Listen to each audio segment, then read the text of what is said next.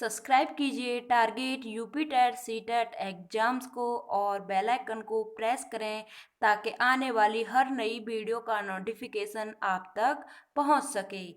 तो चलिए आज हम वर्तमान भारतीय एवं प्रारंभिक शिक्षा पढ़ेंगे। और इससे पहले हमने दो वीडियो में शिक्षण की विधियां एवं कौशल पढ़ा था और शिक्षण अधिगम के सिद्धांत पढ़ लिए हैं।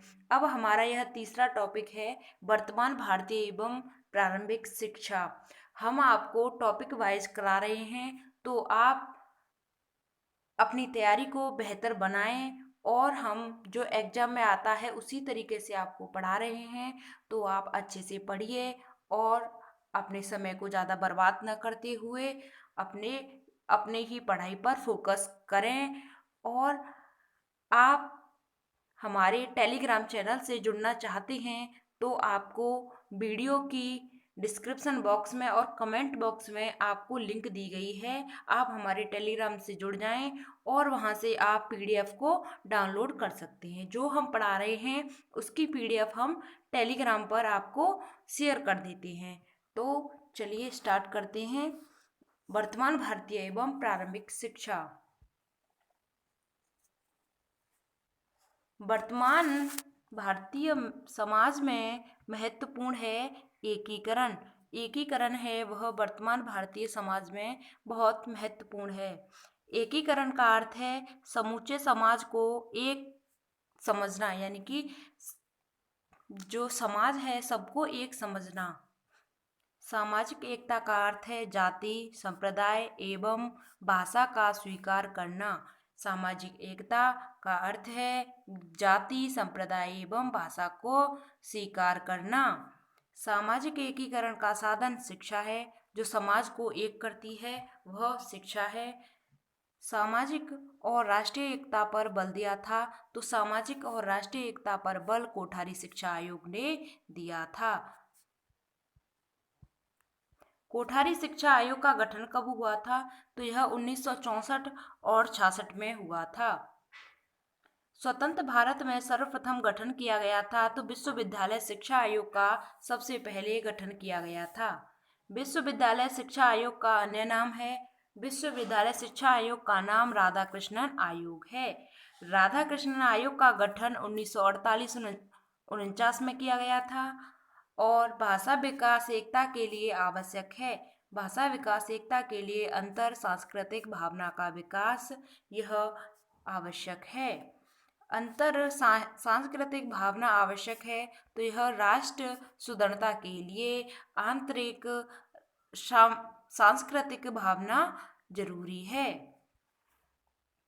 भावनात्मक एकता का आदर्श वाक्य है।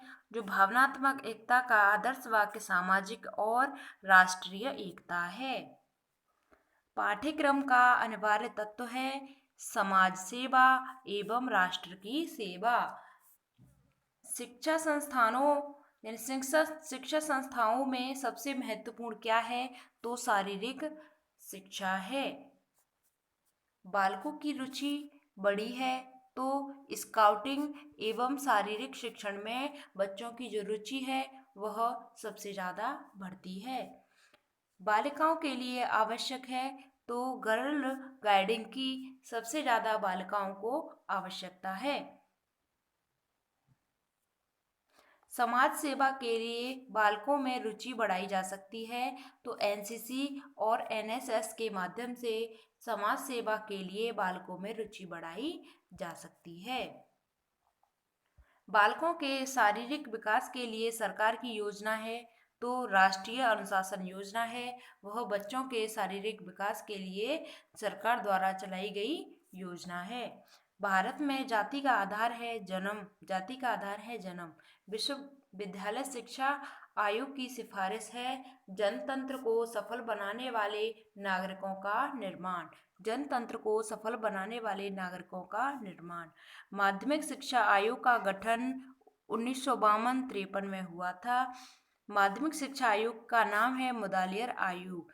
जो माध्यमिक शिक्षा आयोग है उसका नाम है मुदालियर आयोग। मुदालियर आयोग के अध्यक्ष कौन थे? तो डॉक्टर लक्ष्मण स्वामी मुदालियर थे। डॉक्टर लक्ष्मण स्वामी मुदालियर आयोग के अध्यक्ष और 1952-53 में इन्होंने शिक्षा आयोग का गठन किया था। मुदालियर आयोग का उद्देश्य क्या था कि माध्यमिक शिक्षा के उद्देश्य, संगठन और पाठ्य वस्तु का निर्धारण मुदालियर आयोग का उद्देश्य था। जनतंत्रीय नागरिकता का विकास करना माध्यमिक शिक्षा का उद्देश्य था, यानी कि जनतंत्रीय नागरिकताओं का विकास करना माध्यमिक शिक्षा का उद्देश्य है। माध्यमिक स्तर के लिए आवश्यक है तो व्यावसायिक कुशलता में वृद्धि माध्यमिक स्तर के लिए आवश्यक है। नेतृत्व के गुणों का विकास आवश्यक है तो माध्यमिक स्तर पर नेतृत्व के गुणों का विकास करना आवश्यक है। आज का विद्यार्थी कल का नागरिक और नेता होगा, यह कथन किसका है? आज का विद्यार्थी कल का नागरिक और नेता होगा, यह कथन मुदालियर आयोग का है। यह कथन मुदालियर आयोग का है।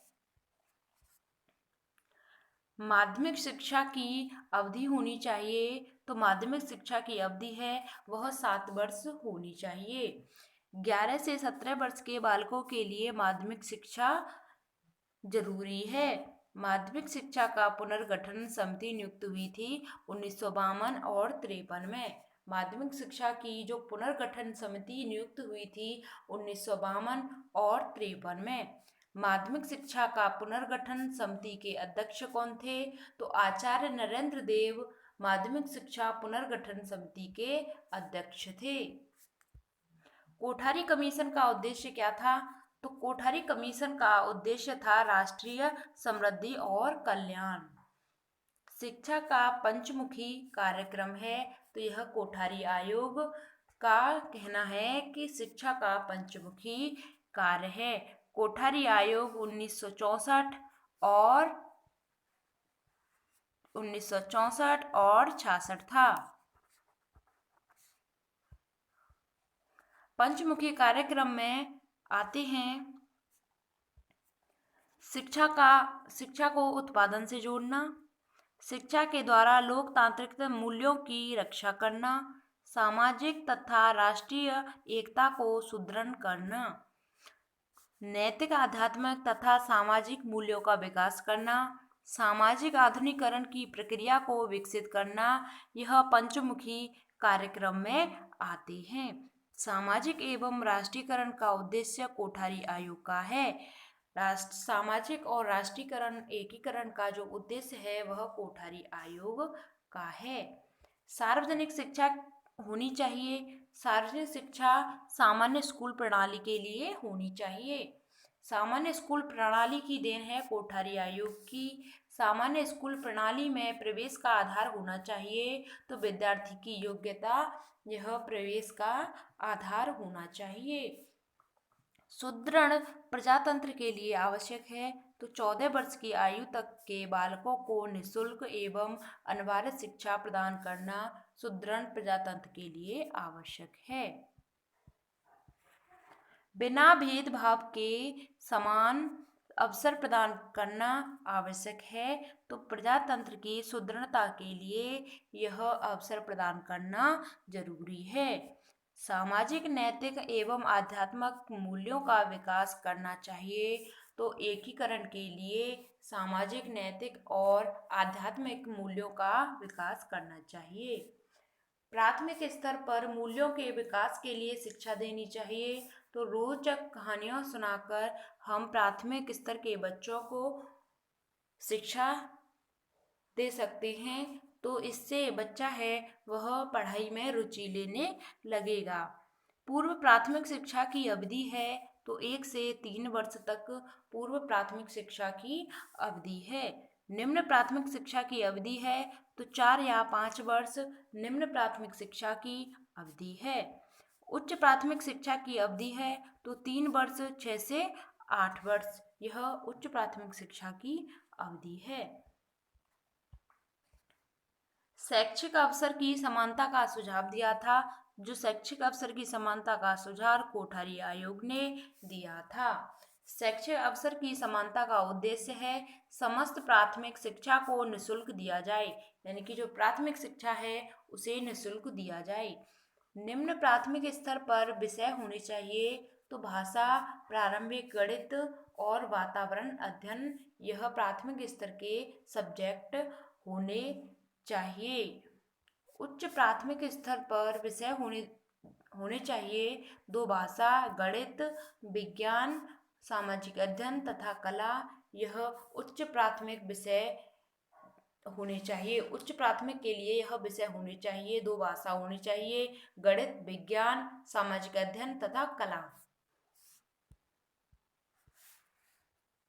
प्राथमिक स्तर पर शिक्षण की विधियां होनी चाहिए तो लोचदार और गतिशील शिक्षण की विधियां होनी चाहिए। मुदालियार आयोग के अध्यक्ष इस विश्वविद्यालय के कुलपति थे, तो मद्रास विश्वविद्यालय के मुदालियार आयोग के जो अध्यक्ष थे वह मद्रास विश्वविद्यालय के कुलपति थे। आचार्य नरेंद्र देव कमेटी की रिपोर्ट प्रस्तुत की गई थी, तो 1953 में आचार्य नरेंद्र देव कमेटी की रिपोर्ट प्रस्तुत की गई थी।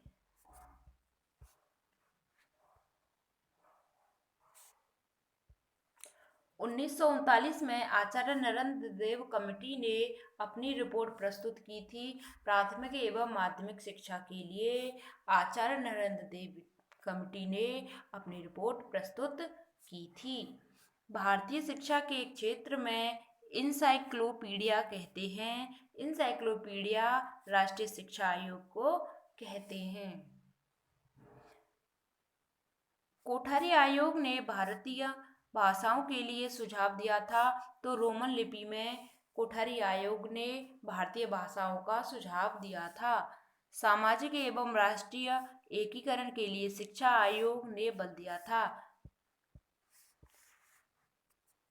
लोक शिक्षा की सामान्य प्रणाली लागू की जाए, राष्ट्रीय चेतना को प्रोत्साहन किया जाए, शिक्षा के सभी स्तरों पर राष्ट्र सेवाओं को पाठ्यक्रम का अभिन्न अंग बनाया जाए।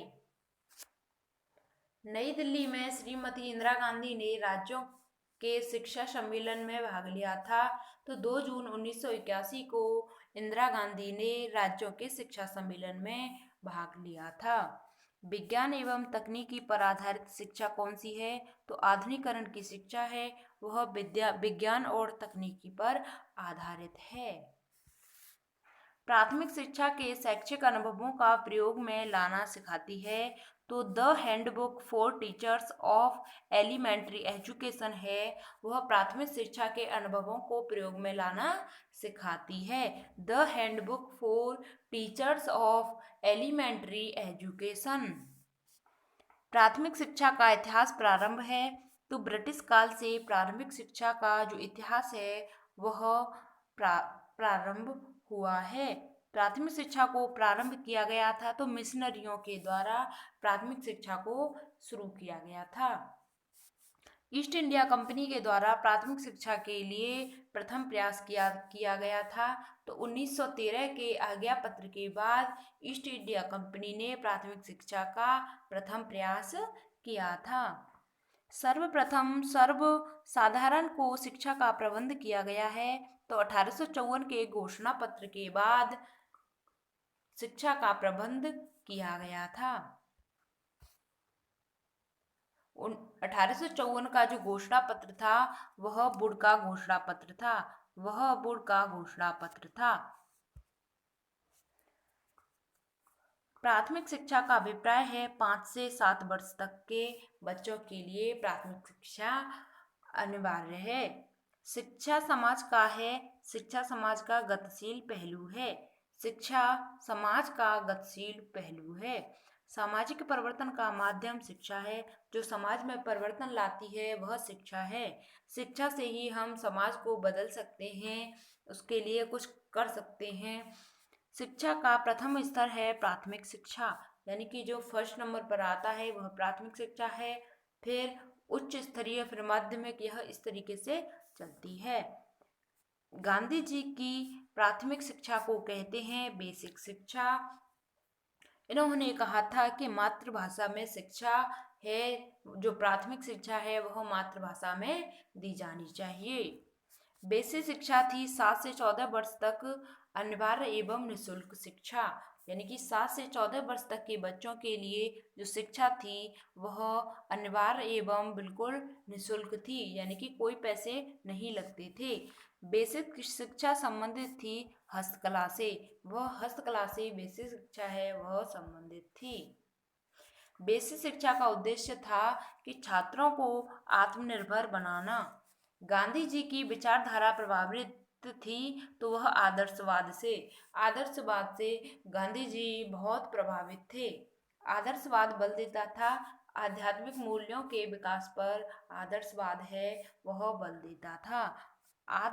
आध्यात्मिक मूल्यों के साथ बल दिया तो व्यावसायिक शिक्षा पर बल दिया। व्यावसायिक शिक्षा आवश्यक है। भावी जीवन में व्यवसाय के चुनाव के लिए व्यावसायिक शिक्षा आवश्यक है। शिक्षा से मेरा तात्पर्य बालक और मनुष्य की समस्त शारीरिक, मानसिक एवं आत्मिक शक्तियों का विकास करना है। यह कथन किसने कहा था? तो यह महात्मा गांधी ने कहा था कि शिक्षा से मेरा तात्पर्य बालक और मनुष्य की समस्त शारीरिक, मानसिक एवं आत्मिक शक्तियों का विकास करना ही महात्मा गांधी ने कहा था। प्राथमिक शिक्षा का उत्तरदायित्व स्थानीय संस्थाओं को दिया है। तो 1982 के भारतीय शिक्षा आयोग की सिफारिश पर प्राथमिक शिक्षा का उत्तरदायित्व स्थानीय भाषाओं को दिया गया है। बड़ौदा नरेश के द्वारा 1852 में प्रयास किया गया था, तो यह प्राथमिक शिक्षा के लिए प्रयास किया गया था।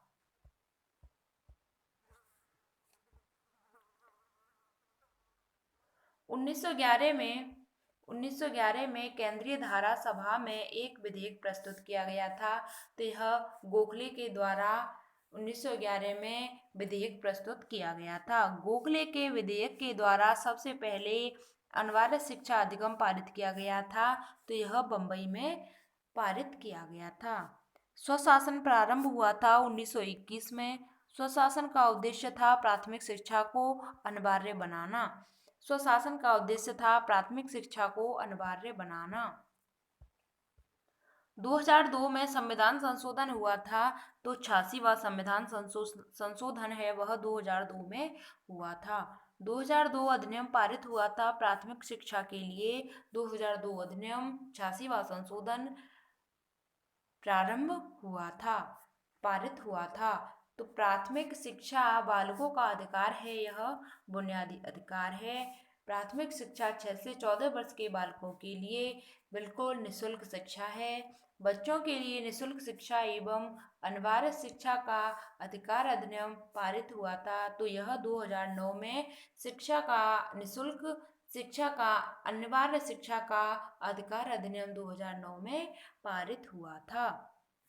और यह निःशुल्क शिक्षा एवं अनिवार्य शिक्षा का अधिकार अधिनियम लागू हुआ था, तो 1 अप्रैल 2010 को लागू हुआ था। जो पारित हुआ था तो 2009 में, और लागू हुआ था तो 1 अप्रैल 2010 को यह लागू हुआ था। इसे हम आरटीई एक्ट बोलते हैं। आरटीई एजुकेशन पूर्ण कराने की संवैधानिक अनिवार्यता है, तो यह राज्य सरकार एवं स्थानीय निकाय की यह अनिवार्यता है। आरटीई में प्रबंधित है तो शिक्षकों को गैर शैक्षिक कार्य में लगाना, यह आरटीई में प्रतिबंधित है। शिक्षा का अधिकार यानी कि आरटीई को जोड़ा गया था, तो यह आर्टिकल 21 के क से जोड़ा गया था। आर्टिकल 21 क है तो आर्टिकल 21 मूल अधिकार है। अनिवार्य शिक्षा का लक्ष्य जो 1960 में पूरा होना था वह पूरा हुआ 1995 में, यानी कि जो लक्ष्य अनिवार्य शिक्षा का था वह 1960 में बनाया गया था, लेकिन उसके बाद में पूरा 1995 में हुआ था। 30% अपव्यय अवरोधन शैक्षिक कारणों से होता है, तो यह कथन किसका है? तो श्री जे.पी. नायक का कथन है कि जो अपव्यय अवरोधन होता है वह शैक्षिक कारणों से होता है। प्राथमिक विद्यालय में पढ़ने वाले छात्रों की आयु कितनी होनी चाहिए? तो प्रारंभिक विद्यालय में 6 से 14 वर्ष के बच्चे की आयु होनी चाहिए। अवरोधन अधिकतम होने के कारण रुकावट आती है। तो अवरोधन अधिक होता है, उसके कारण सार्वभौमिक शिक्षा में रुकावट आती है। प्राथमिक विद्यालय के अध्यापक को करनी चाहिए। तो निदानात्मक परीक्षण एवं मूल्यांकन प्राथमिक विद्यालय के अध्यापक को करना चाहिए। तो उम्मीद करते हैं आपको जो पढ़ाया गया है वह सब समझ में आ गया होगा। तो मिलते हैं आपको अगली नेक्स्ट वीडियो में। हम आपको टॉपिक वाइज करा रहे हैं। जो हमारा नेक्स्ट टॉपिक रहेगा वह उसको पढ़ने वाले हैं हम प्रारंभिक समावेशी शिक्षा हम पढ़ने वाले हैं। अगले टॉपिक में हम समावेशी शिक्षा पढ़ने वाले हैं। उसके बाद प्रारंभिक शिक्षा के नवीन प्रयास पढ़ेंगे। ठीक है, तो मिलते हैं आपको हम आगे की नेक्स्ट वीडियो में। तब तक के लिए जय हिंद, वंदे मातरम। खुश रहिए, मस्त रहिए और अपने आपको अच्छे से टाइम को मैनेज करें और 6 से या 5 से 6 घंटे तो आपको डेली ही पढ़नी है। ठीक है, तो अपनी पढ़ाई पर ज़्यादा फोकस करें और फालतू की इधर उधर की बातों में ज़्यादा ना रहें, शादी ब्याह में ना जाएं और अपने आप पर फोकस करें। तो चलिए बस इतना ही कहना है। जय हिंद, वंदे मातरम।